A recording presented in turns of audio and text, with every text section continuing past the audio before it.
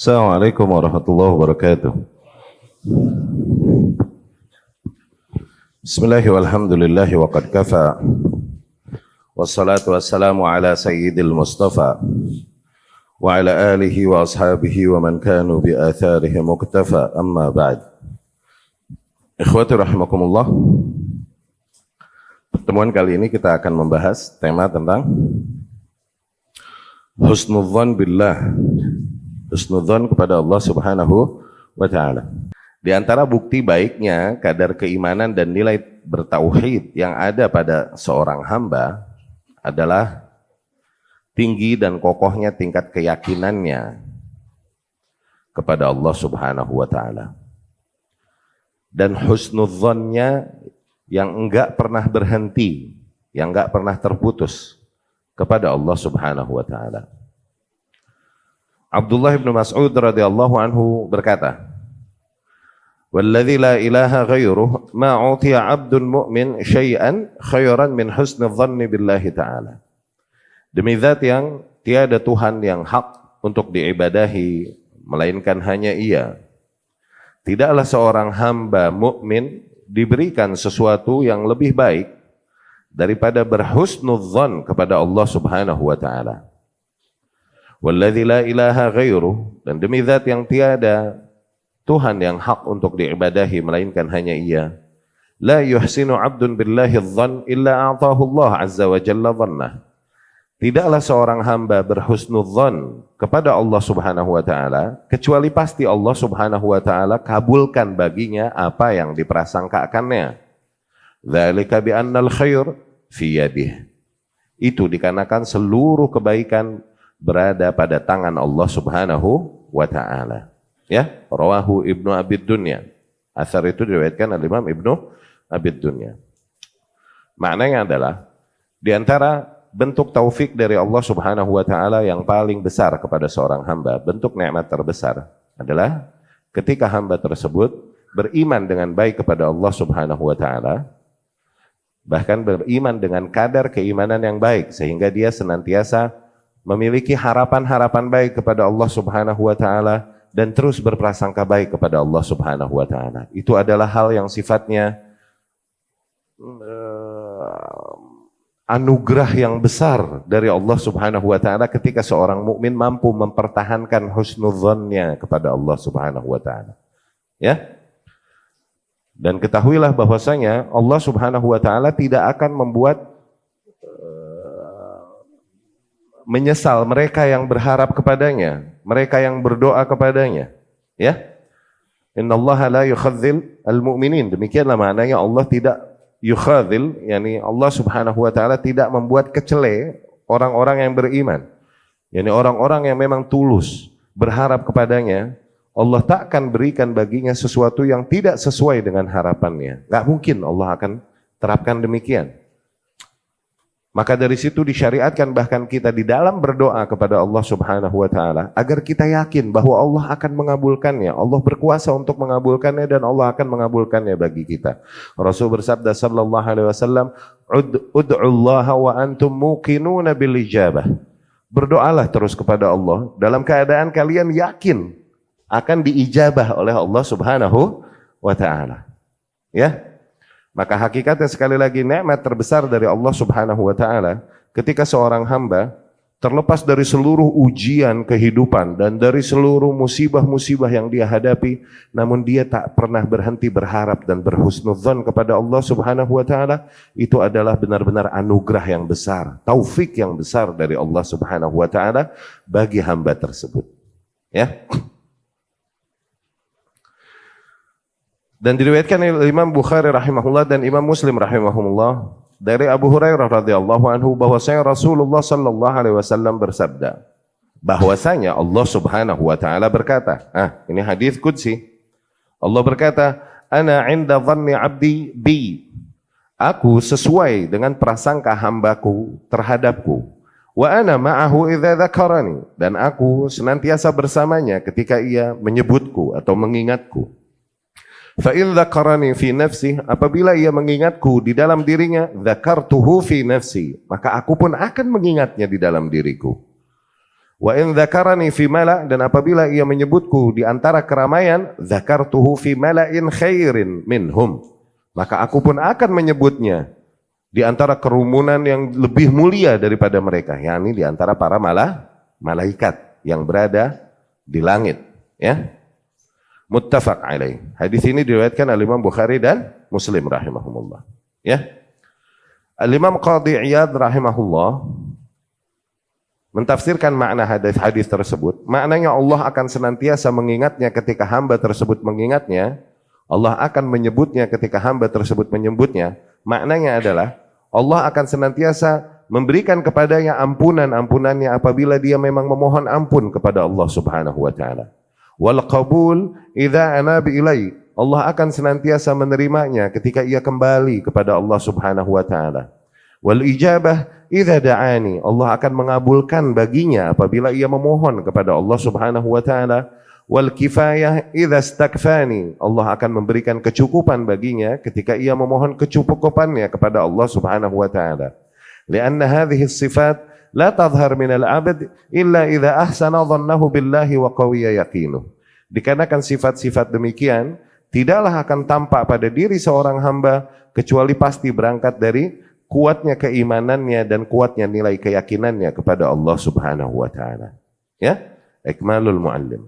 Yani mereka yang tak pernah berhenti menyebut Allah Subhanahu wa taala dan berharap dengan baik kepada Allah Subhanahu wa taala, dipastikan bahwa orang-orang demikian adalah orang-orang yang memiliki nilai keimanan dan nilai keyakinan yang baik, ya, kepada Allah Subhanahu wa taala. Betapa kita membutuhkan materi demikian, terlepas dari seluruh, yakni menghadapi seluruh ujian-ujian kehidupan, musibah demi musibah yang tiada henti. Belum lagi drama wabah yang berkepanjangan yang merusak sendi-sendi ekonomi umat. Belum lagi musibah-musibah dan bencana-bencana alam yang enggak berhenti-berhenti menimpa kaum muslimin. Belum lagi kasus-kasus yang sifatnya mengiris hati kaum muslimin, serangan negeri-negeri musuh terhadap negeri-negeri kaum muslimin dan lain-lain.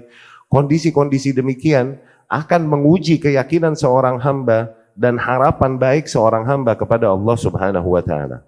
Dari situ maka betapa perlunya kita untuk kembali mengingatkan hal ini dan menyegarkan kembali, menyiram kembali rasa yakin kita, keimanan kita, bahkan husnudzon kita kepada Allah Subhanahu wa taala. Ya. Betapa mulia dan agungnya berhusnudzon kepada Allah Subhanahu wa taala. Ketika seorang hamba yang memang beriman, dia senantiasa meyakini bahwasanya setelah seluruh kesulitan pasti akan ada kemudahan, dan bahwasanya setelah seluruh keletihan pasti akan ada kebahagiaan, dan bahwasanya setelah dam'i busmah, setelah air mata tersebut pastilah akan ada datang senyuman-senyuman. Wa ba'dal marad syifa, dan bahwasanya setelah seluruh sakit pastilah akan datang kesembuhan. Wa ba'dad dunya jannah, dan bahwasanya setelah dunia ini dengan segala drama yang ada padanya, kelak akan ada syurga. Arduhas samawati wal ard, yang dimana luasnya antara langit dan bumi, uiddat lil muttaqin, yang telah dijanjikan bagi orang-orang yang bertakwa. Ya. Ihsanul dhann billah ta'ala amrun yusahib, yakni yanbaghi an yusahib al-muslim fi kulli marahil hayati. Berhusnudzan kepada Allah Subhanahu wa taala adalah sesuatu yang layaknya harus senantiasa menyertai diri seorang muslim. Menyertai seorang muslim di setiap fase dari fase-fase kehidupannya. Ya.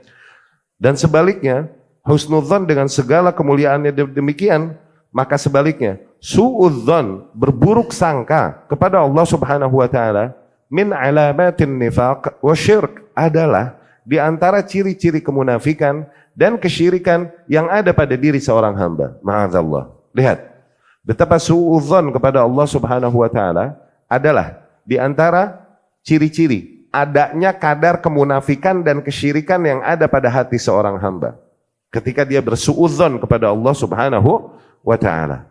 Ya, Allah Subhanahu wa taala berfirman, "Wa yu'adzibul munafiqina wal munafiqat." Allah kelak akan mengazab para kaum munafikin lelaki dan kaum munafikin wanita.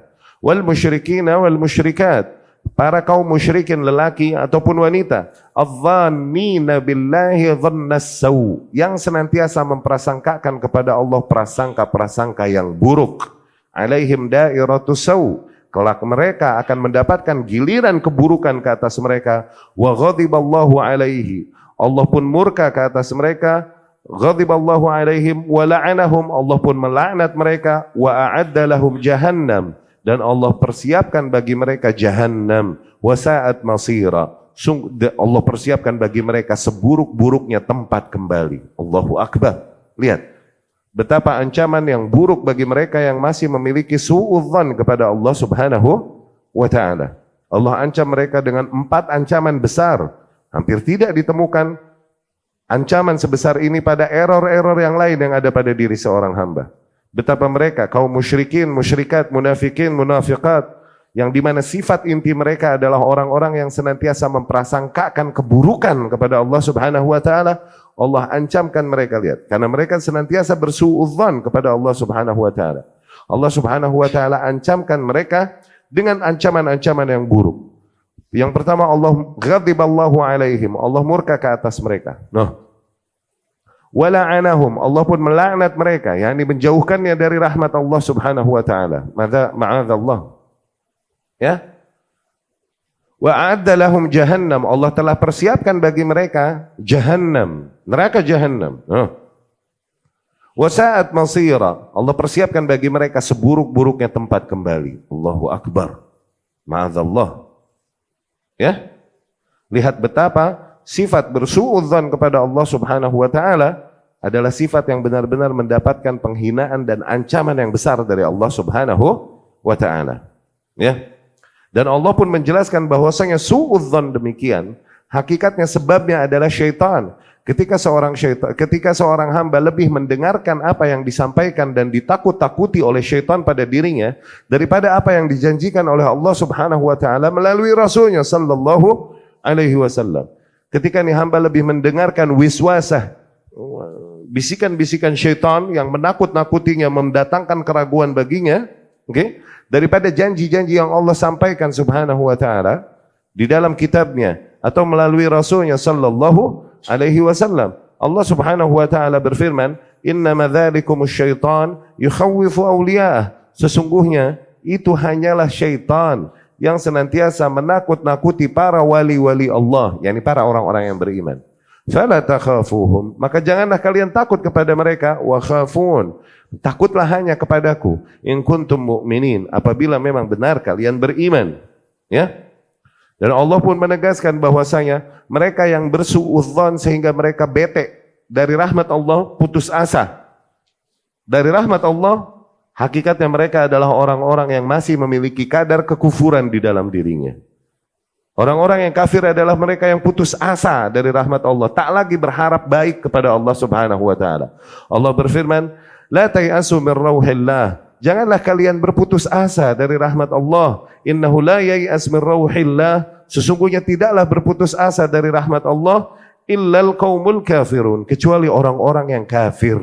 Lihat betapa berputus asa dari kebaikan-kebaikan Allah Subhanahu wa ta'ala, pertolongan-pertolongan Allah Subhanahu wa ta'ala adalah sifat orang-orang kafir, sifat inti di antara sifat yang paling kental yang ada pada orang-orang kafir. Dan di ayat sebelumnya yang ada pada orang-orang munafikin, munafiqat, dan musyrikin dan musyrikat. Ya, betapa buruk suudzon kepada Allah Subhanahu wa ta'ala. Ya, dan betapa wajibnya berhusnudzon kepada Allah Subhanahu wa ta'ala. Kemudian kondisi-kondisi atau situasi-situasi yang di situ idealnya ditekankan bagi seorang hamba untuk ngeboost, untuk meningkatkan, ngeboostnya nih, ngegenjot husnudzonnya kepada Allah Subhanahu wa ta'ala. Ya, untuk meningkatkan husnudzonnya, astagfirullah, kepada Allah Subhanahu wa ta'ala. Yang pertama, berhusnudzon kepada Allah Subhanahu wa ta'ala. Agar seorang hamba berhusnudzon kepada Allah Subhanahu wa ta'ala di dalam perkara apa? Di dalam pembagian rizki. Di dalam pembagian rizki. Nah, seorang hamba selayaknya ia meyakini bahwasanya Allah Subhanahu wa ta'ala telah membagikan rizki tersebut sesuai dengan hikmahnya yang sempurna. Allah Maha tahu, Allah Maha adil, dan Allah Maha hikmah, hakim, Allah Maha bijaksana. Dari situ Allah bagikan rizki-rizki tersebut kepada para hamba-hambanya selayaknya. Ya. Dan ketika kita melihat apa yang ada pada tangan orang lain, yakni nikmat-nikmat yang ada pada hamba Allah yang lain, janganlah kita mengira bahwasanya sesungguhnya kita layak mendapatkan lebih dari apa yang kita dapatkan sekarang. Dan sesungguhnya kita lebih layak untuk mendapatkan itu semua daripada si fulan atau si allan. Jangan. Allah Subhanahu wa taala Maha tahu, Allah Maha adil, Allah Maha bijaksana. Dari situ Allah tentukan rezekinya demikian. Di waktu yang sama kita pun harus meyakini annal man'a wal 'ata la yadullu 'ala ridha, bahwasanya pemberian Allah atau Allah menahan tidak memberi, itu tidak menunjukkan keridhaan Allah Subhanahu wa taala. Al-man'a wal 'ata tidak la yadul 'ala ridha. Yani ketika Allah tidak memberi rizki atau Allah memberikan rizki, yani hal tersebut tidak menunjukkan, tidak menjadi bukti bahwa Allah cinta atau Allah enggak cinta. Enggak ada urusan dengan itu. Allah qad yu'ti man yubghid man yuhib wa yamna' man yuhib. Allah bisa jadi memberi nikmatnya kepada orang-orang yang dicintainya, bisa jadi juga Allah memberi nikmatnya kepada orang-orang yang dibencinya, bisa gak? Demikian harta, kekayaan, kenikmatan yang Allah limpahkan pada Fir'aun dan Qarun. Apakah itu bentuk cinta Allah Subhanahu wa taala? Tidak. Itu istidraj. Itu bentuk azab dari Allah Subhanahu wa taala. Namun dalam baju nikmat, azab fi thawbin ni'mah. Azab dalam baju nikmat. Allah ingin ia untuk semakin terlena di atas kekeliruannya, sehingga nanti layaklah dia untuk mendapatkan sepahit-pahitnya azab. Ya?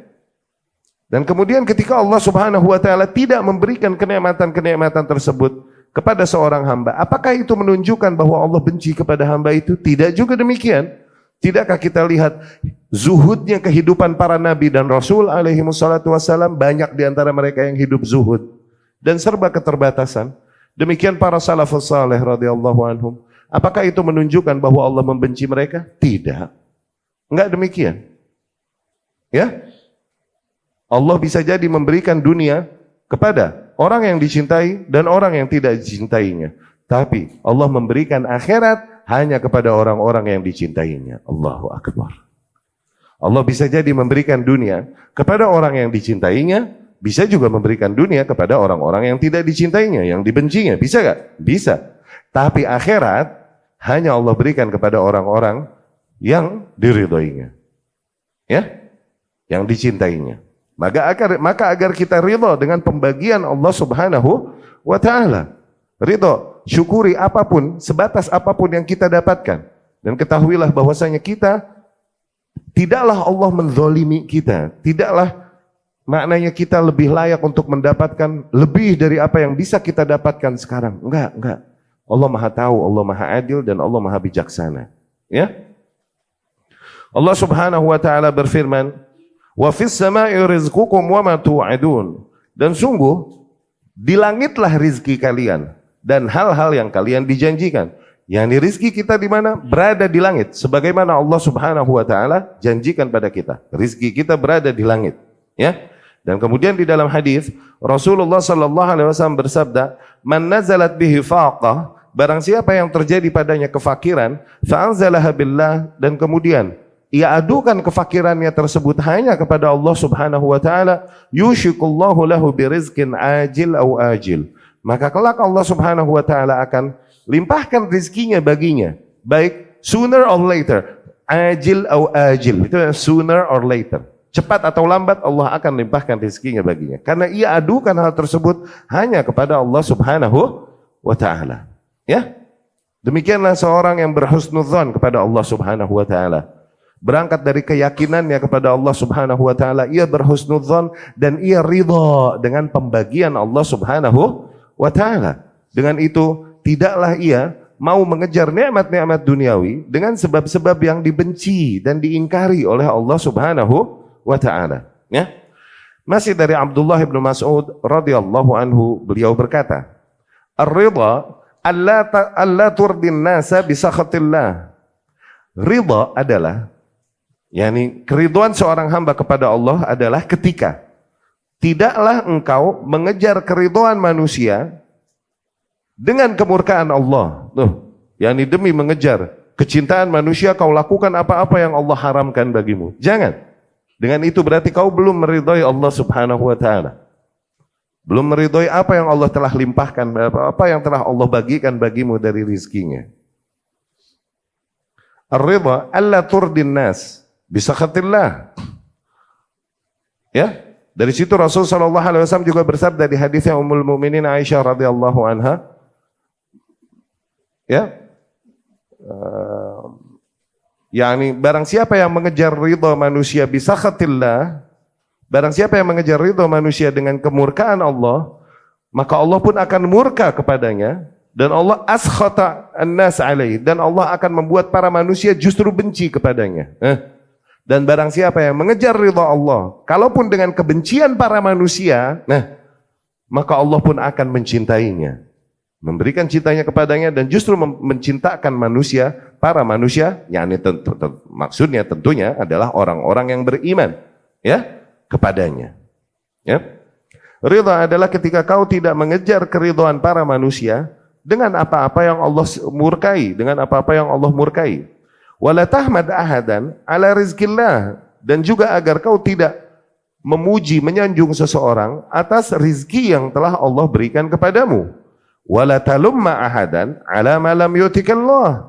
Sebaliknya, agar kau tidak mencela, menyalahkan seseorang atas sesuatu yang toh memang Allah belum berikan kepadamu.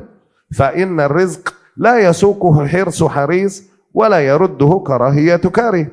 Karena sesuatu kalau memang telah dirizkikan oleh Allah Subhanahu wa taala, ya, maka itu tidak dapat dirubah oleh semangat dan upaya orang yang mengejarnya, tidak juga dapat ditahan oleh kebencian orang-orang yang membencinya. Nggak ada yang bisa berubah, nggak ada yang bisa menahan apabila memang itu telah Allah tentukan sebagai rizki bagi salah seorang di antara hambanya.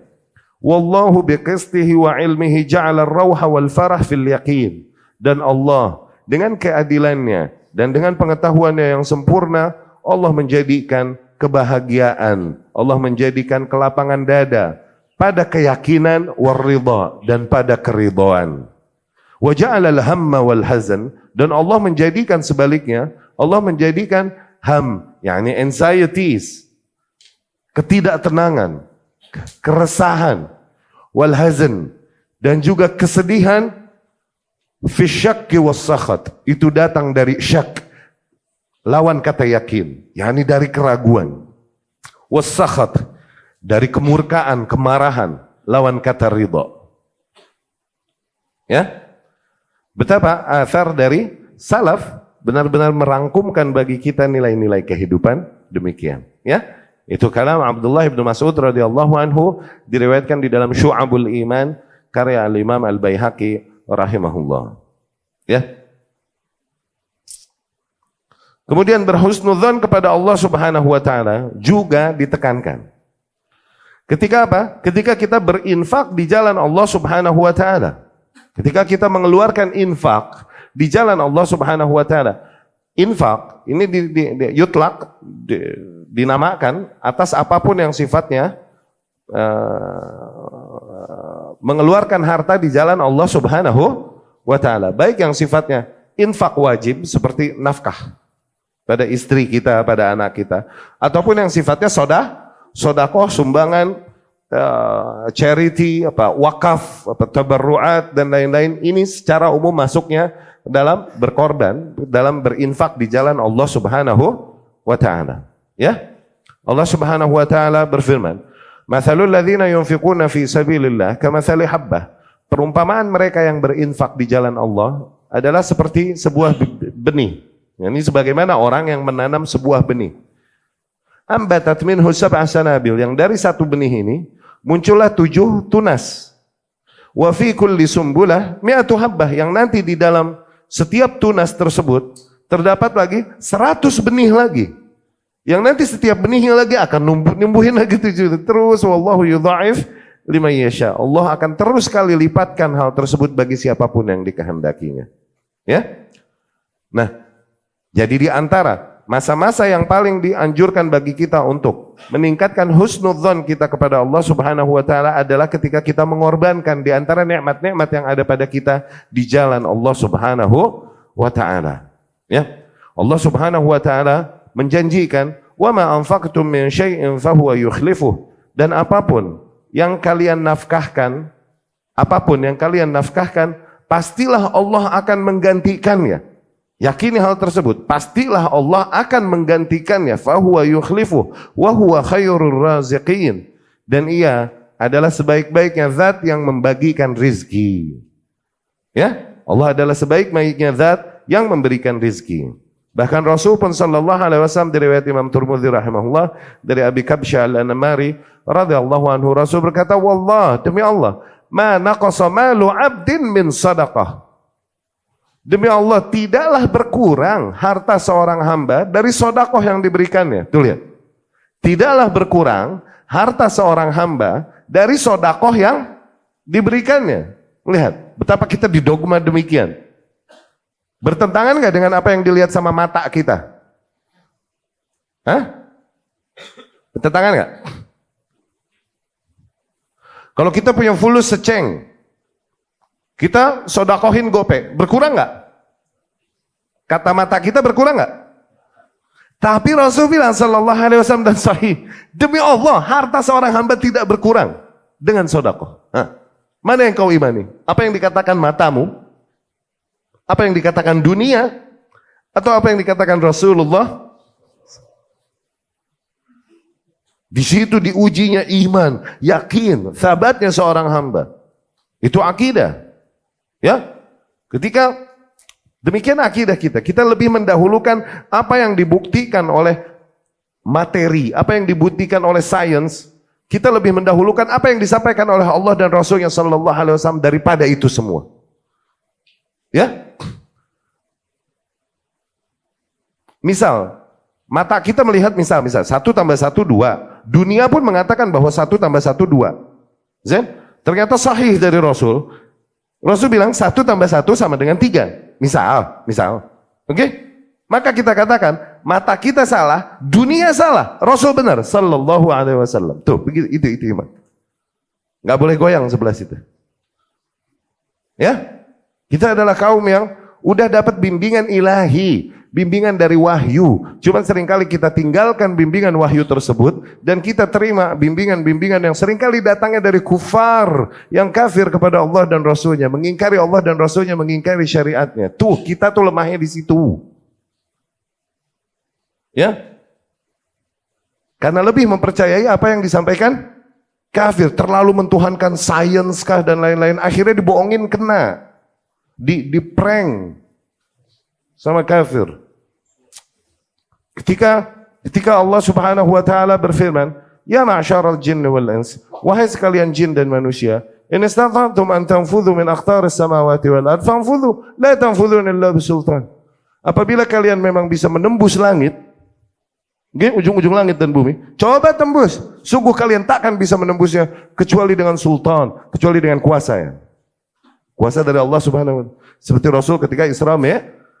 Allah bilang berarti nggak ada yang bisa nembus. Tapi karena kita terlalu mendahulukan sains, daripada apa yang dikatakan Allah dan Rasulnya, sehingga ketika sains kafir bilang, katanya ada orang sampai ke bulan, tuh, kita percaya ke sono, tuh.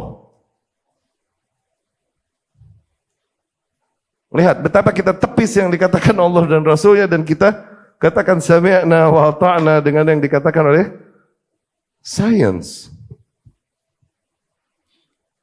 Itu kita. Ketika Allah dan Rasulnya bilang bahwa saya manusia paling pertama Adam alaihi salam. Tapi kafir bilang, oh enggak, ada Pithecanthropus erectus, Meganthropus, Sueius, ketemu di Slawi katanya. Iya kan? Dulu pelajaran begitu, katanya ada tengkorak ketemu di Slawi. Katanya gitu, ya kan?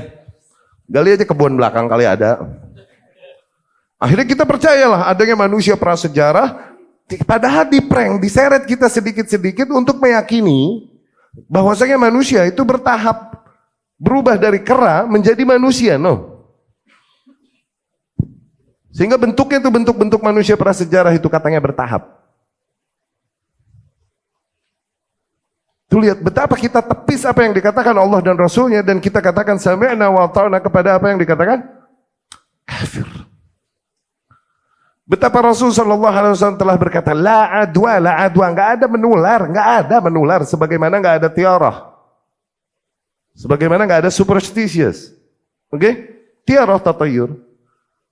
Tapi ketika kafir katakan, oh klaster ini, klaster itu, klaster itu, lihat langsung kita mengimani mutlak bahwasanya ini ketularan mutlak, begitu.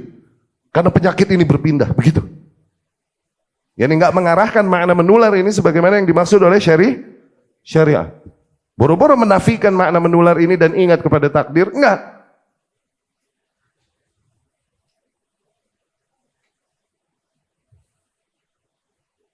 Ya, itu terkikis tragedi akidah itu yang harusnya nggak boleh goyang dari kita, ya.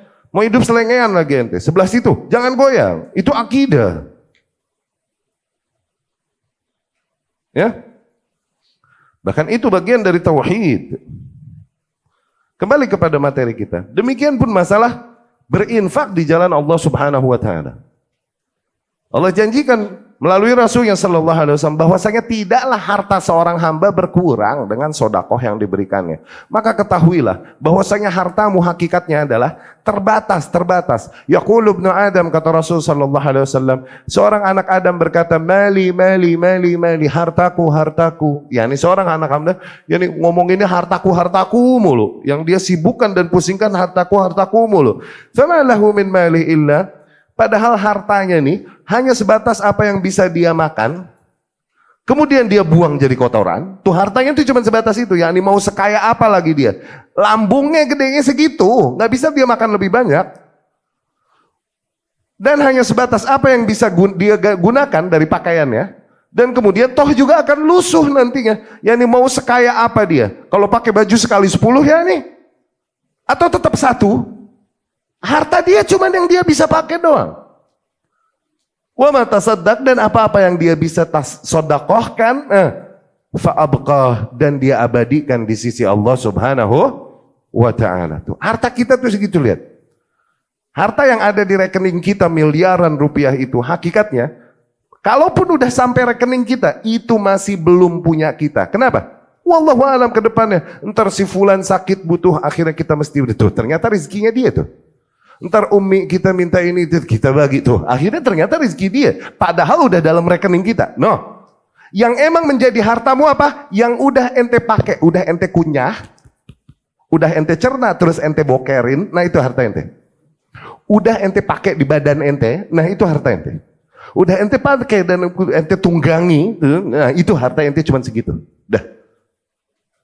Dan apa-apa yang kau sodakohkan, dan itu yang kau abadikan di akhirat. Ya, hanya sebatas itu harta kita. Kalaupun udah nyampe rekening, belum tentu itu rezeki kita. Belum tentu. Iya gak? Kehack rekeningnya. Nah, diambil sama orang terus hilang. Tuh ternyata bukan rezeki kita kan? Nah. Ya. Demikian berhusnudzan kepada Allah Subhanahu wa taala di dalam pembagian rizki, ya. Husnudzan juga kepada Allah Subhanahu wa taala ketika berinfak di jalan Allah Subhanahu wa taala. Tapi kita dengarkan dulu adzan, kemudian kita lanjutkan. Aqulu qouli hadza wa astaghfirullah li wa lakum. Bismillahirrahmanirrahim. Walhamdulillah wassalatu wassalamu ala Rasulillah wa ala alihi wa ashabihi wa man walah, amma ba'd. Ikhwatu rahimakumullah, di antara contoh yang diberikan para salaf banyak tentang betapa keyakinan mereka yang tinggi dan husnudzan mereka kepada Allah Subhanahu wa taala. Betapa kefakiran yang ada pada mereka tidaklah membuat mereka lebih mengemis dan membanting harga dirinya demi mengejar dunia, ya. Apalah lagi kefakiran yang ada pada mereka membawa mereka kepada kekeliruan-kekeliruan dan penyimpangan-penyimpangan, apalah lagi toleransi-toleransi pada penyimpangan-penyimpangan yang ada. Ya.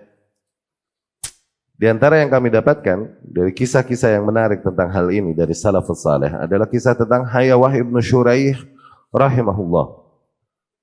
Hayawah ibnu Shuraih rahimahullah adalah salah seorang dari imam yang hidup di Mesir, ya, angkatan-angkatannya Al-Laits ibn Sa'ad rahimahullah, ya. Hayawah ibnu Shuraih adalah seorang al-imam ar-Rabbani, dia faqih, dia ahli fikih. Syekhud Diyar al-Misriyah, muhaddits, dia syekhnya negeri-negeri yang ada di Mesir, muhaddits juga. Dia meriwayatkan dari Rabi'ah al-Qasir, dari Uqbah ibnu Muslim, dari Abi Yunus, Sulaim bin Jubair, dari Yazid ibnu Abi Habib, dan lain-lain. Di antara murid-murid yang mengambil riwayat darinya adalah di antaranya Al-Imam Abdullah ibnu Mubarak. Tuh, bahkan Al-Imam Abdullah ibnu Mubarak adalah di antara muridnya. Ya.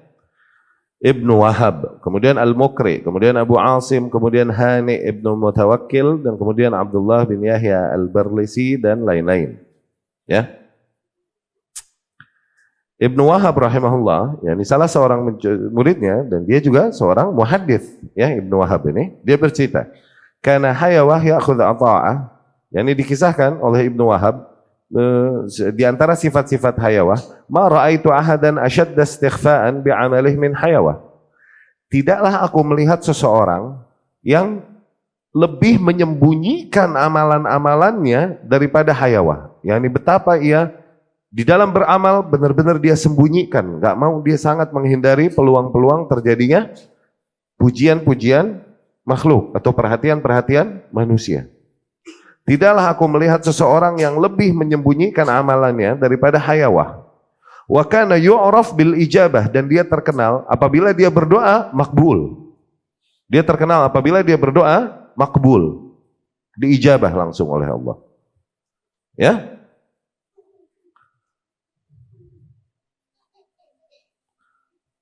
Kemudian ikhwati rahimakumullah, dikisahkan juga oleh Al-Imam Ibnu Wahab ini rahimahullah, bahwasanya Hayawah kan ya'khudh ata'a fi sanah 60 dinaran. Lihat gambaran kedermawanan Hayawah, padahal dia adalah seseorang yang juga berada dalam kondisi fakir. Dia berada dalam kondisi fakir, ya. Sebelumnya. Oke? Dikisahkan dari Khalid Al-Fazar, dia bercerita, kana Hayawah ibnu Shuraih minal bakkain atau bukain. Hayawah ibnu Shuraih adalah orang yang banyak menangis, yakni banyak menangis ketika bersimpuh di hadapan Allah Subhanahu wa taala. Wa kan dhiqal hal, dan dia adalah orang yang berada dalam keadaan terhimpit, yakni fakir. Maksudnya adalah fakir, ya. Miskin. Fajalastu wa huwa mutakhallin yad'u. Suatu hari aku melihat dia sedang bersendiri, enggak ada orang, dan dia berdoa kepada Allah Subhanahu wa ta'ala. Aku pun duduk di dekatnya. Faqultu, aku pun berkata kepada Hayawah, lau da'autallaha ayyuwassa 'alaik. Mengapa kau tak berdoa kepada Allah agar Allah sedikit luangkan bagimu, yakni rizkimu, okay? Sehingga kau tidak berada dalam keadaan fakir demikian, ya. Faltafata yaminan wa shimalan. Akhirnya Hayawah lihat kanan kiri, falam yara ahadan, dia lihat enggak ada orang nih, okay? Fa akhadha hasah, akhirnya Hayawah mengambil sebuah kerikil, farama biha ilai, dia lemparin tuh kerikil kepadaku. Kata Khalid Al-Fazar ini, ya, dilemparnya kerikil itu kepadaku, dan kemudian faida hiya tabrah fi kaffi, pas aku lihat kerikil tersebut ternyata menjadi sebuah tabrah. Tabrah yakni emas muda. Tabrah emas muda, emas warnanya masih silver tuh yang belum digosok. Emas muda. Berubah jadi emas. Nggih? Wallah ma ra'ait ahsan minha. Demi Allah, ini emas yang sangat indah yang aku enggak pernah lihat seindah ini. Ya? Waqal, dan dia berkata, ma khairun fid dunya illa lil akhirah. Sungguh tidaklah ada sesuatu yang baik di dunia hakikatnya toh kecuali untuk akhirat. Yani nikmat-nikmat yang ada di dunia kalau itu baik adalah sesuatu yang dikorbankan untuk akhirat. Huwa a'lamu bima yasluhu ibadah, dan Allah Maha mengetahui apa yang lebih tepat untuk hamba-hambanya. Ya, lihat. Ya, yani Allah takdirkan dia berada dalam kefakiran, Dia meyakini bahwa Allah Subhanahu wa taala Maha tahu, aku lebih tepat dalam kondisi ini. Sehingga tidaklah dia meminta kekayaan kepada Allah Subhanahu wa taala. Fakult, aku pun berkata, ma asna' bihadhi, terus mau aku apain nih emas nih? Tadi gitu. Kal istanfiqha. Kata Hayawah, gunakan untuk nafkah. Yani kalau dia mau minta kekayaan dengan mudah, bukan? Bukankah kerikil itu jadi emas baginya? Iya kan? Atau mungkin makna lain, ternyata dia memegang emas itu, dan ketika nih orang nyuruh dia mintuk semakin kaya, dia bilang, segala kaya, nih gue bagi lo emas. Dia diam dulu. Segala nyuruh gue minta kaya sama Allah, begitu? Apa begitu? Gitu. Ya? Hayawah ibn Shuraih rahimahullah. Kemudian Ibnu Wahab menceritakan tentang Hayawah ibn Shuraih ini. Kana ya'khudh ata'ah fi sanah 60 dinaran. Dia biasa mengambil gajinya dalam setahun itu 60 dinar. Yani para ahli ilmu dulu digaji sama penguasa. Dulu digaji sama penguasa, dihidupi oleh para penguasa, para ahli ilmu ini. Oke, agar mereka fokus menuntut ilmu dan mengajarkan ilmu. Gitu. Belum lagi para dermawan-dermawan yang banyak menghidupi para ahli ilmu. Tayyib. Sehingga mereka fokus di dalam keilmuan. Nah, Hayawah yani Al-Imam Waqi' bapaknya Al-Jarrah itu bendahara kerajaan yang biasa membagikan buat A'mash, Fudail bin Iyad gaji tahunan mereka. Okay? Dan Al-Jarrah juga seorang periwayat hadis di Kufah, ya. Nah, ala kulli hal Hayawah ini dia biasa ngambil gajinya setahun 60 dinar. Fala yansarif, tidaklah dia pulang ke rumahnya kecuali udah habis tuh 60 dinar. Di jalan dia sodakoh-sodakohin sama orang. Dan dia fakir. Ya? Dia sodakoh-sodakohin 60 dinar. Sampai rumah, wajadahu tahta firashi. Dia temukan 60 dinar di bawah kasurnya. Tuh, ada. Selalu begitu, tiap tahun. Dia temukan 60 dinar itu kembali di bawah kasurnya. Zain, fasami'ahu ibnu amin lahu. Akhirnya sepupunya yang juga periwayat hadis, orang-orang ilmu juga dan dapat juga gaji 60 dinar sama, mendengar kebiasaan Hayawah ini, dia mau jajal. Gua jajal lah, begitu. Dia dapat terus dibagiin sama orang-orang sampai habis. Zain, nyampe bed dia cari-cari di kasurnya, nggak ada.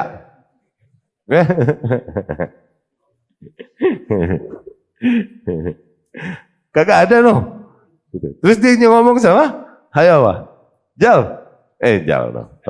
Ya Hayawah, aku lakukan seperti yang kau lakukan. Walam ajid syai'an tahta firashi. Tapi aku nggak menemukan sesuatu di bawah kasurku. Nyampe rumah gitu. Hayawah pun tertawa dan dia berkata, Ana a'taitu Rabbi yaqinan, wa anta a'taitahu tajribatan. Aku nih berbagi di jalan Tuhanku, berinfak, berangkat dari keyakinanku. Adapun engkau berbagi di jalan Tuhanmu nih, emang ngetes, jajal. Ya beda lah, ha?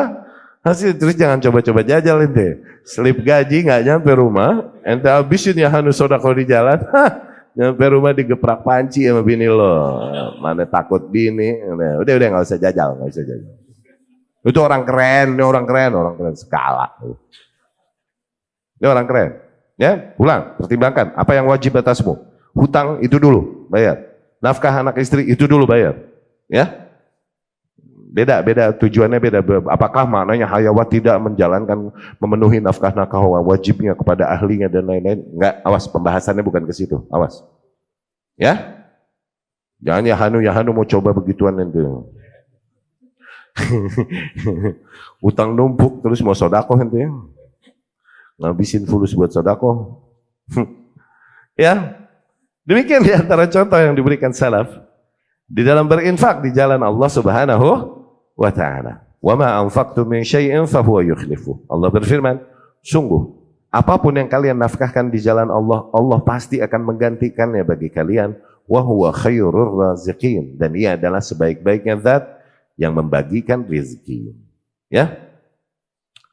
Dan kemudian berhusnudzan kepada Allah Subhanahu wa taala untuk menyelamatkan diri kita dari keadaan-keadaan genting, keadaan emergensi, keadaan yang keras, yang berat, ya.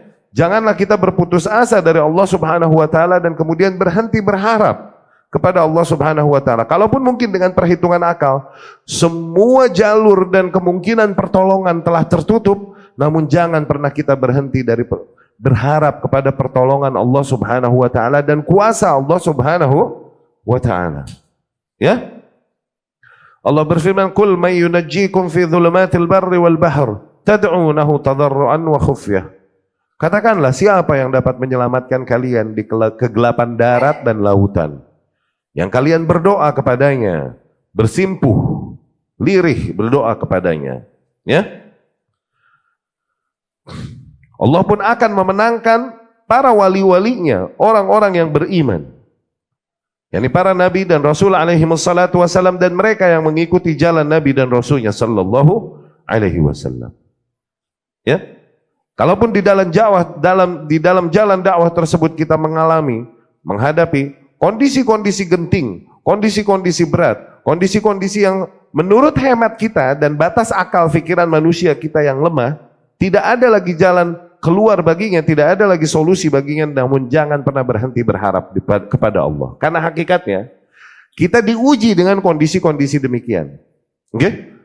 Ujian-ujian tersebut ditimpakan ke atas kita dengan tujuan agar terlihat sejauh apa husnudzan kita kepada Allah Subhanahu wa taala, sejauh apa sabat kita kepada Allah Subhanahu wa taala. Dengan itu diuji para hamba-hamba Allah yang beriman. Ahasiban nasu ayyutraku ayyaqulu amanna wa hum la yuftanun? Apakah manusia mengira setelah mereka berkata bahwa kami beriman terus mereka enggak diuji? Walaqad fattanna alladhina min qablihim. Sungguh telah kami uji orang-orang beriman sebelum mereka. Fala ya'lamanna Allahu alladhina shadaqu wa la ya'lamanna al-kadhibin. Sehingga dengan itu dapat ketahuan mana orang-orang yang imannya shadiq, tulus, benar keimanannya, dan mana orang-orang yang keimanannya hanyalah dusta, ya, dusta yang diucapkan oleh lidahnya. Dengan ujian itu tampak, ya. Jadi memang kita diuji dengan ujian-ujian tersebut untuk agar tampak pada diri kita dan orang-orang yang ada di sekitar kita sejauh apa dan sekuat apa keimanan kita dan harapan kita kepada Allah Subhanahu wa taala, agar tampak juga pada dirimu apa sesungguhnya kau terbuat dari apa. Apakah kau terbuat dari ajin yakni adonan roti, atau terbuat dari tin, terbuat dari tanah liat kah, atau terbuat dari hadid, atau terbuat dari besi. Ya? Karena di dalam kondisi-kondisi yang ringan dan bahagia, semua orang berharap dengan harapan yang baik, masa depan yang baik. Tapi di masa-masa keras, masa-masa genting, disitulah diujinya harapan seseorang kepada Allah Subhanahu wa taala. Ya. Dan para nabi dan rasul alaihi wassalatu wassalam adalah orang-orang yang paling mencontohkan hal tersebut. Betapa mereka, kalaupun sebagaimana tadi kita katakan, di masa-masa genting dan berat luar biasa, ketika semua jalur harapan sudah terputus dan semua pintu harapan telah tertutup seolah-olah, namun mereka enggak berhenti berharap kepada Allah Subhanahu wa taala. Musa alaihissalam yang bergerak membawa Bani Israel dari Mesir mau menuju Syam, menyelamatkan mereka dari penindasan kaum suku asli Mesir, Kipti, kaumnya Fir'aun, ya. Jadi aslinya Yahudi ini, Bani Israel, banyaknya di Syam kan. Cuman di masa Yusuf alaihissalam, akhirnya mereka eksodus. Setelah Yusuf alaihissalam jadi bendahara yang baik, oke? Akhirnya para anak-anak Yakub alaihissalam ini eksodus pindah ke Mesir. Nah, tinggallah para Bani Israel mulai di Mesir sejak saat itu. Dihormatilah oleh Amsaki, oleh Kamsi, oleh penduduk setempatnya nih, oleh kaum Kipti. Tuh, tadinya mah begitu. Cuman sepeninggal zaman Yusuf, ya ini pamor mereka turun. Dan demikian Yahudi, Israel, ada di negeri manapun, di zaman apapun, mesti dia jadi penyakit. Akhirnya dibencilah oleh penduduk setempat dan ditindas, akhirnya diperbudaklah mereka oleh kaum Kipti beberapa zaman setelah Yusuf alaihi salam. Dijanjikan pada mereka akan munculnya seorang savior, penolong, yakni Musa alaihi salam, penyelamat. Ya.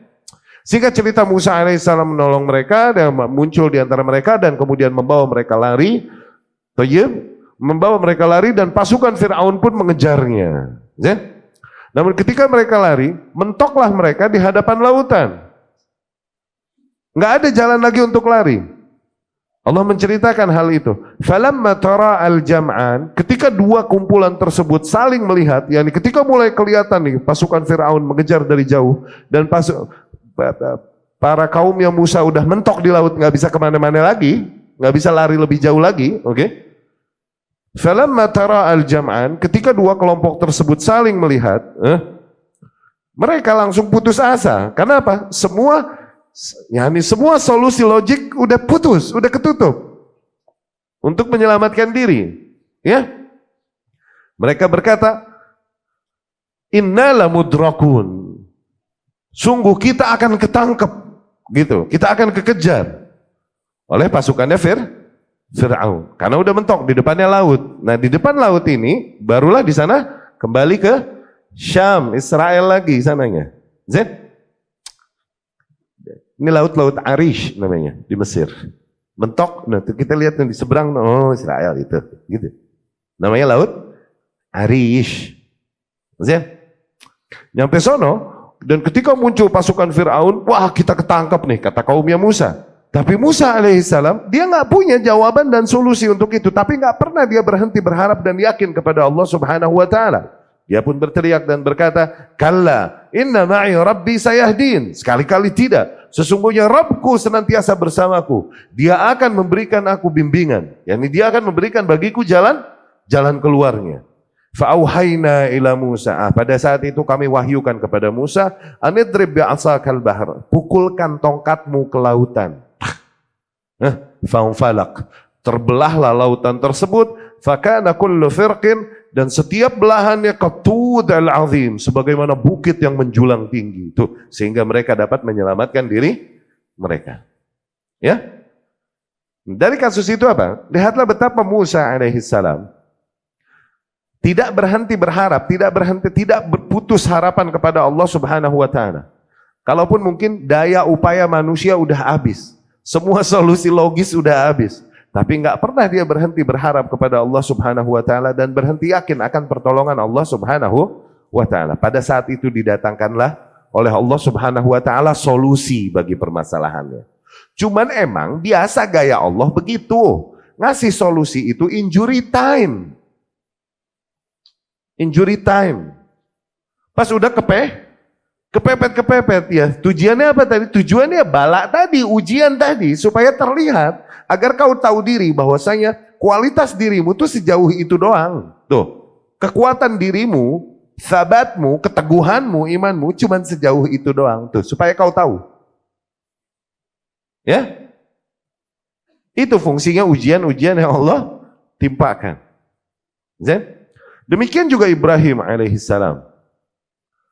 Ketika ditangkap, Ibrahim alaihissalam menghadapi rezim yang bukan hanya rezim yang tangan besi, tapi di mana penguasanya ini bukan cuma tangan besi, tapi mengaku Tuhan loh itu Namrud.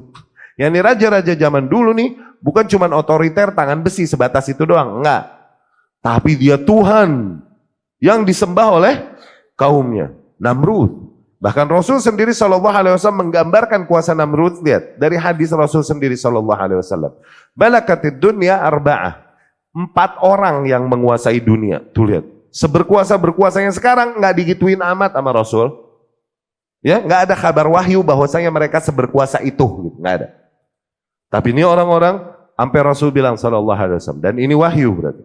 Malakatid dunya arba'ah. 4 individu yang menguasai dunia. Menguasai dunia 4 individu. Mu'minan wa kafiran. 2 mukmin dan 2 kafir. Amma mu'minan, 2 mukmin ini adalah Dzulqarnain sama Sulaiman alaihissalam. Amma kafiran, yang 2 orang kafir ini, Namrud. Tuh, Namrud yang dihadapi Ibrahim. Kebayang gak kuasanya kayak gimana? Sama Bukhtansar. Bukhtansar yakni Nebukadnezar. Di antara raja-raja Babylon kuno. Ya. Nah, Ibrahim alaihissalam ini menghadapi Namrud. Bukan cuma rezim otoriter biasa, tangan besi biasa, tapi Tuhan yang disembah oleh kaumnya. Dan dia nggak punya pengikut pada saat itu. Ketika dia ditangkap dan dibakar, mau dilemparkan ke api, diriwayatkan bahwasanya Jibril alaihissalam menawarkan pertolongan padanya. Lihat, semua pintu harapan dan pertolongan ketutup gak? Ketutup. Mau lawan pakai apa? Mau lawan pakai apa sebesar ini kuasanya? Iya gak? Jibril menawarkan pertolongan. Apakah kau perlu pertolonganku? Demikian kepada Ibrahim alaihissalam. Dan Ibrahim menjawab apa bagi Jibril alaihissalam? Amma mink fala. Adapun darimu, aku nggak butuh. Allah, Jibril tolak pertolongan. Tepis. Yani dia hanya mau pertolongan dari Allah Subhanahu. Kemudian dia berkata, sebagaimana diriwayatkan Ibnu Abbas radhiyallahu anhu, kalimat terakhir yang diucapkannya sebelum dilemparkannya ke api. Ibrahim alaihissalam berkata, hasbunallahu wa ni'mal wakil. Betapa cukup bagi kami Allah, sungguh senikmat-nikmatnya zat yang kami berikan, kami serahkan seluruh perkara kami padanya. Ya, akhirnya Allah berikan baginya solusi dari arah yang tak diduga-duga.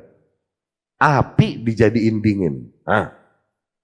Kuni bardan wa salaman ala Ibrahim. Ya nar, kami pun berkata, wahai api, kuni bardan, jadilah engkau dingin. Tuh, dingin doang, dingin bisa mematikan enggak? Iya. Bukan hanya dingin, bardan wasalaman, dan keselamatan. Yani dingin dan menyelamatkan bagi Ibrahim alaihissalam. Datang pertolongan Allah. Nah, dibakar nggak mempan, udah bingung mau diapain lagi. Iya kan? Akhirnya diusirlah Ibrahim alaihissalam. Ya, lihat betapa Ibrahim alaihissalam tidak berhenti berharap kepada Allah Subhanahu wa taala kalaupun udah nggak ada daya upaya lagi untuk menyelamatkan dirinya. Ya, menghadapi kekuatan yang besar luar biasa demikian. Di antara kekuatan-kekuatan yang sempat berkuasa di sejarah manusia, sejarah perjalanan anak manusia. Ya. Demikian juga Rasulullah sallallahu alaihi wasallam bersama Abu Bakar Siddiq radhiyallahu anhu di gua Thur, oke? Di gua Thur, ketika Abu Bakar dan Rasul sallallahu alaihi wasallam bersembunyi dari kejaran kaum musyrikin ketika hijrah. Dan para kaum musyrikin udah sampai mulut gua, udah tinggal nengok dikit. Oke? Abu Bakar sampai berkata kepada Rasul sallallahu alaihi wasallam, "Kenapa? Semua jalan keselamatan yang memungkinkan rationally, secara rasional, oke, udah ketutup nih. Ya Rasulullah, lau nazar tahta aqdamihim, andai mereka nunduk dikit aja, ketahuan kita udah nih, kena nih kita." Oke? Begitu khawatir Abu Bakar radhiyallahu anhu. Namun Rasul pun sallallahu alaihi wasallam memberikan jawaban baginya.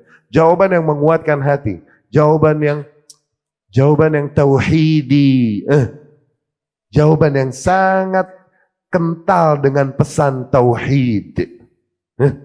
Dia berkata kepada Abu Bakar radhiyallahu anhu, "Ma dhannuka bithnataini Allahu thalithuhuma?" Bagaimana pendapatmu wahai Abu Bakar? Bagaimana prasangkamu tentang dua orang yang dimana Allah adalah pihak ketiga di antara mereka? Apalah lagi yang ditakutkan ketika Allah bersama mereka, maknanya gitu. Bagaimana pendapatmu tentang dua orang yang dimana Allah adalah pihak ketiga di antara mereka? Ya? Akhirnya Allah pun subhanahu wa ta'ala menyelamatkan mereka dan menjauhkan mereka dari makar para musuh-musuh Allah subhanahu wa ta'ala. Betapa Rasul sallallahu alaihi wasallam mencontohkan, yakni optimisme yang luar biasa. Nggak pernah dia berhenti berharap kepada Allah subhanahu wa ta'ala. Berhusnudzan pada pertolongan Allah subhanahu wa ta'ala. Ya? Dan masih banyak lagi contoh-contoh dari salafus saleh dan dari para nabi dan rasul alaihi wassalatu wassalam yang menggambarkan betapa mereka adalah kaum yang paling yakin dan paling berhusnudzan kepada Allah subhanahu wa ta'ala, dan betapa Allah tidak membuat mereka la yukhayyib amalah. Yani Allah tidak membuat mereka kecewa dengan apa yang mereka prasangkakan kepada Allah Subhanahu wa taala. Husnudzon juga ditekankan ketika apa? Di masa apa? Yaitu di masa-masa taubat. Di masa-masa taubat. Yani yakinlah dengan luasnya rahmat Allah Subhanahu wa taala dan bahwasanya Allah Subhanahu wa taala senantiasa menerima dan mengampuni seluruh dosa. Ya. Di masa-masa taubat ini Rasulullah sallallahu alaihi wasallam berkata di hadisnya Abu Musa al-Asy'ari radhiyallahu anhu, di riwayat Imam Muslim rahimahullah, Rasul sallallahu alaihi wasallam berkata, "Innallaha yabsutu yadahu bil-lail liyatuba musii'un nahar, wa yabsutu yadahu bin-nahar liyatuba musii'ul lail." Allah senantiasa membentangkan tangannya di malam hari agar mereka yang berdosa di siang hari bertobat di malam hari. Allah senantiasa bentangkan tangannya di siang hari agar mereka yang bertobat di malam hari berdosa di malam hari, bertobat di siang harinya. Ya. Ya, Ibnu Umar radhiyallahu anhu meriwayatkan dari Rasul sallallahu alaihi wasallam, "Yaqbalullahu taubata 'abdi ma lam yugharghir." Allah akan senantiasa menerima taubat yang dihaturkan oleh seorang hambanya selama hamba tersebut belum yugharghir, belum sekarat, belum, yakni nyawanya belum sampai kerongkongan. Ya. Kemudian Allah pun subhanahu wa ta'ala berkata, "Aznaba abdi dzamba," seorang hambaku berbuat dosa. Ya'rif anna lahu rabban yaghfiru dzunub wa ya'khudh bidzamb. Namun dia sadar dia punya Tuhan yang Maha mengampuni dosa dan menghapuskan dosa. Dia faqal, "Ay rabbighfirli," dia berkata, "Wahai Tuhanku, ampuni aku." Ghafartulah, aku ampuni baginya. Tsumma a'ada fa'aznab, dia ulang lagi dia bikin dosa. Dia ulang lagi dia bikin dosa. Tapi dia masih yakin dia punya Tuhan yang Maha mengampuni dosa. Dia mohon ampun kepada Allah Subhanahu wa taala, aku ampuni baginya. Kemudian dia ulang lagi dia bikin dosa. Tapi dia masih yakin dia punya Tuhan yang Maha mengampuni dosa dan menghapuskan dosa. Dia minta ampun kepada Allah, aku ampuni lagi baginya. Tsumma a'ada fa'aznab. Kemudian dia ulang lagi dia bikin dosa. Akhirnya Allah pun berkata, "Falyaf'al 'abdi ma syaa' faqad ghafartulah." Maka bagi hambaku itu, lakukanlah apapun yang dia mau.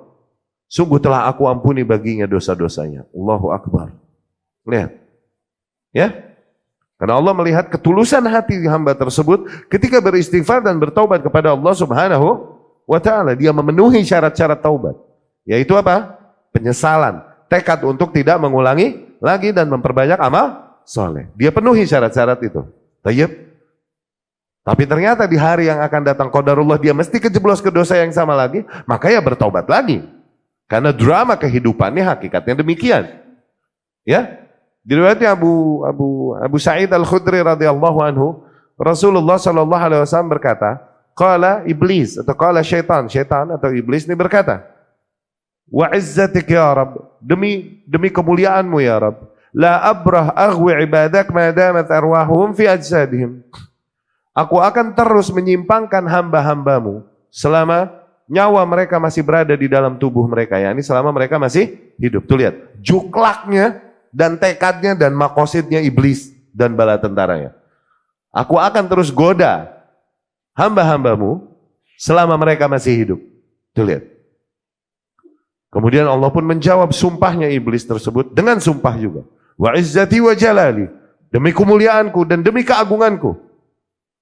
La azal aghfir lahum mastaghfaruni. Aku akan terus ampuni bagi hamba-hambaku selama mereka masih mohon ampun padaku. Ya, yani kau simpangkan hamba-hambaku, terserah. Sejauh apapun, terserah.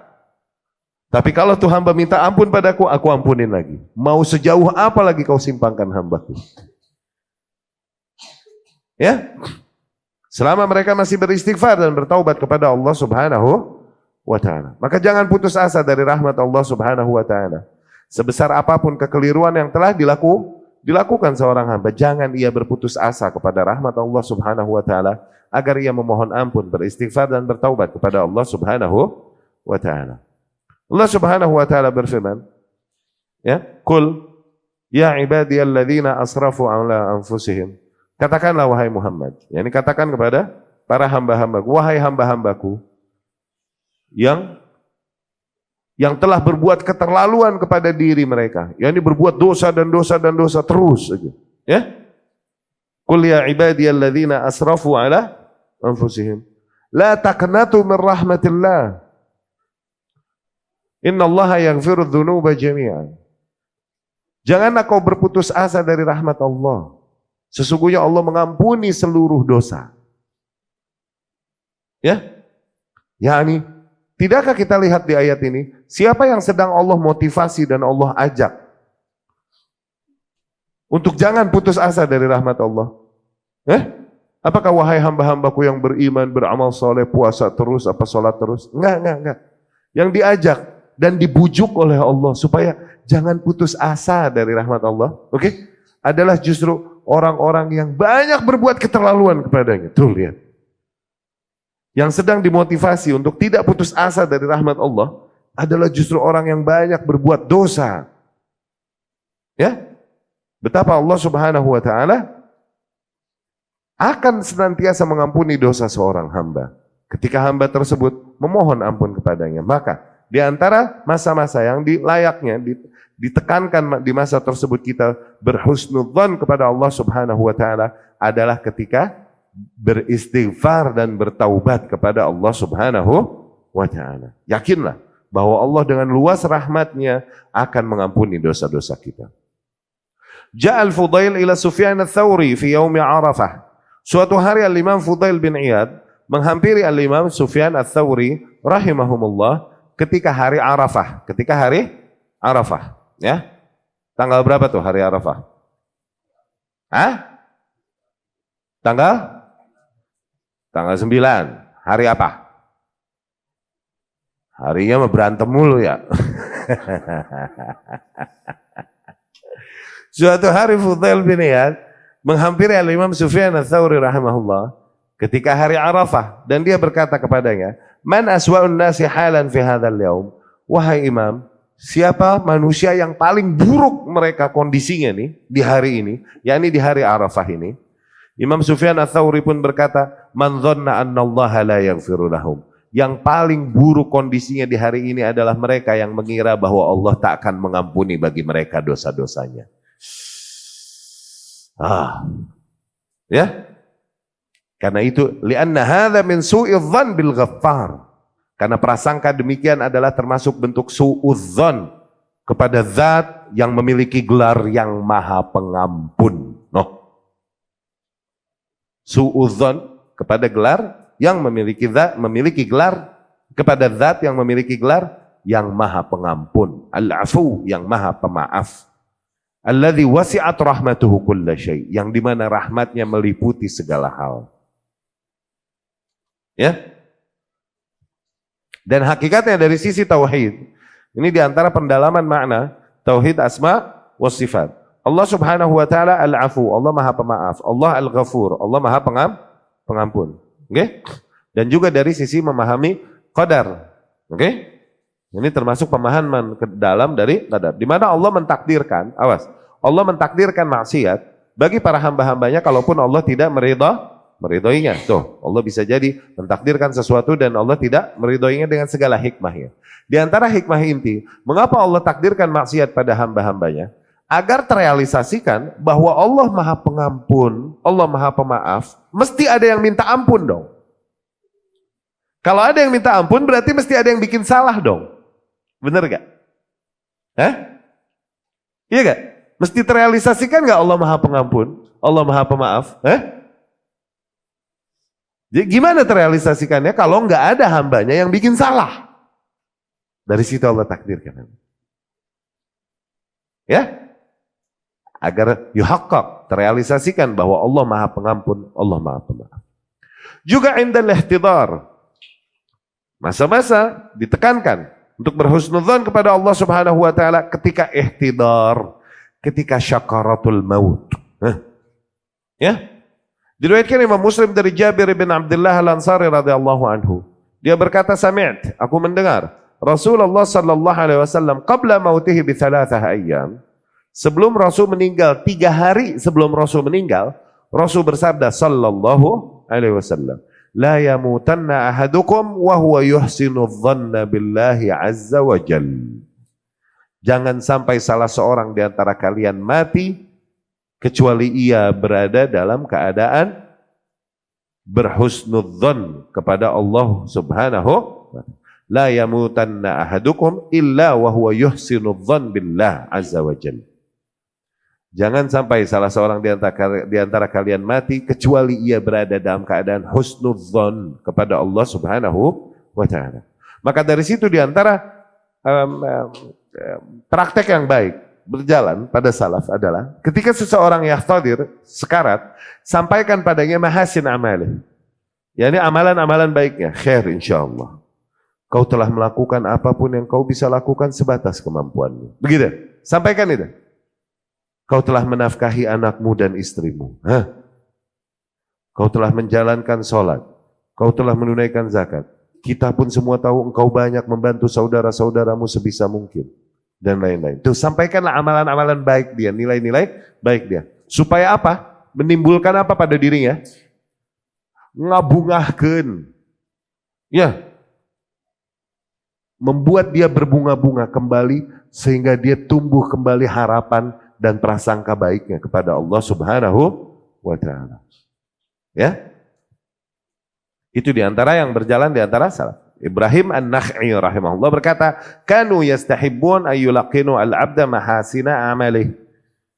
Ya, mustahab untuk membacakan pada seorang hamba amalan-amalan baiknya inda mautih, ketika ia syakaratul maut, likay yuhsinu dhanna bi rabbih, supaya hamba tersebut berhusnudzon kepada Allah Subhanahu wa ta'ala.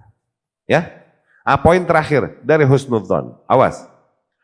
Su'fahmin li husnudzon billah. Merupakan sebuah pemahaman yang keliru tentang husnudzon kepada Allah Subhanahu wa ta'ala yang ada pada sebagian manusia. Ketika ia mengaku bahwa ia berhusnudzon kepada Allah Subhanahu wa ta'ala, namun ia terus terjerumus ke dalam perkara-perkara mungkar dan dosa-dosa besar, dan dia meyakini bahwasanya rahmat Allah begitu luas dan ampunannya pun begitu agung. Dari situ seorang penyair berkata, wa kaffir mastata'ta minal khataya idza kana al-qudumu ala karimi. Dan perbanyaklah dosa sebisa mungkin kau lakukan apabila nanti zat yang kau akan hadapi pertanggungjawaban adalah toh zat yang maha dermawan, maha pemaaf. Begitu. Salah, jadinya murji'ah itu.